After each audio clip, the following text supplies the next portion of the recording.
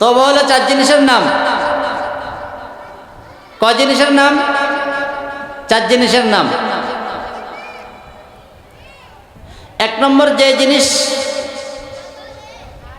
কারণে তওবা করবেন, যে জিনিস থেকে বাঁচতে চেষ্টা করবেন, সেই জিনিসকে পরিপূর্ণভাবে পরিত্যাগ করা, পরিহার করা।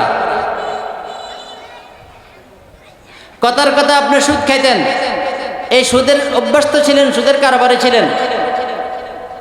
কোরআনের বুঝ দিলে আসার কারণে নিয়ত করছেন যে আজ থেকে আর সুদ করব না, সুদ খাবো না, সুদি লেনদেন করব না। তখন আপনি ইস্তেগফার করার জন্য, তওবা করার জন্য সর্বপ্রথম সুদি লেনদেন ছেড়ে দিতে হবে। 1 নম্বর শর্ত। 2 নম্বর, অতীতে যে সুদি লেনদেন করছেন তার উপরে নিজে লজ্জিত হইতে হবে রব্বুল আলামিনের দরবারে। 3 নম্বর, এই সুদি লেনদেন করবেন না হিসাবে এটার উপরে পরিপূর্ণ পোক্তা ইরাদা থাকতে হবে, ইচ্ছা থাকতে হবে। 4 নম্বর, আল্লাহর কাছে মাফ চাইতে হবে, ওগো রব্বে কারীম, বুঝি নাই অথবা বুঝছি, শয়তানের কারণে, লোভের কারণে থামাইতে পারি নাই, থাকতে পারি নাই, নিজেকে নিজে সামলাতে পারি নাই, সুদি লেনদেনে জড়িত হয়ে গেছি।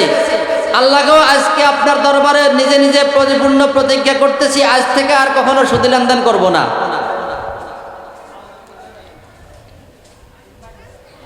যাদের উপরে সুদি লেনদেন করছেন, সুদের উপরে টাকা বিনিয়োগ করছেন, তাদের থেকে মূলধন নিতে হবে, সুদ ছেড়ে দিতে হবে, তাদেরকে মাফ করে দিতে হবে। যে সুদি লেনদেন করবো না ওয়াদা করছি, অতএব তোমাদের কাছে যে টাকা দিয়েছি সুদের উপরে, আমার আসল ধন ফিরিয়ে দাও, সুদের কোনো কারবার নাই, সুদ নেব না। এটা হইল সেই কাজ থেকে ফিরিয়ে আসা। 3 নম্বর, পরিপূর্ণ প্রতিজ্ঞাবদ্ধ হইতে হবে, ওয়াদা করতে হবে আর এই কাজ করব না। 4 নম্বর, আল্লাহর কাছে মাফ চাইতে হবে। এই 4টার সমন্বয়ের নাম হলো তওবা। আমি বুঝাতে পারছি কিনা কে জানে? শুধু তাসবিহ একটা লম্বা হাতে লইয়া আস্তাগফিরুল্লাহ আস্তাগফিরুল্লাহ আস্তাগফিরুল্লাহ পড়া, এটার নাম তওবা না। কবি বলেন, সাবহেদার কাফে তো বাবার লাভ, দিল বুরাজ ওকে গুনা। সাবহেদার কাফে তো বাবার লাভ, দিল বুরাজ ওকে গুনা।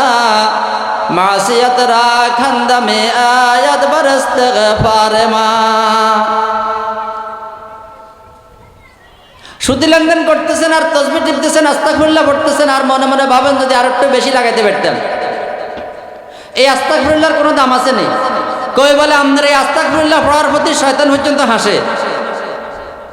কবি বলে, আপনি যে আস্তাগফিরুল্লাহ পড়তেছেন, এদিকে সুদি লেনদেন করতেছেন, মনে মনে ভাবতেছেন যে আর একটু যদি বেশি টাকা লাগাইতে পারতাম, ইন্টারেস্ট বেশি পাইতাম, আর এদিকে আস্তাগফিরুল্লাহ আস্তাগফিরুল্লাহ পড়েন।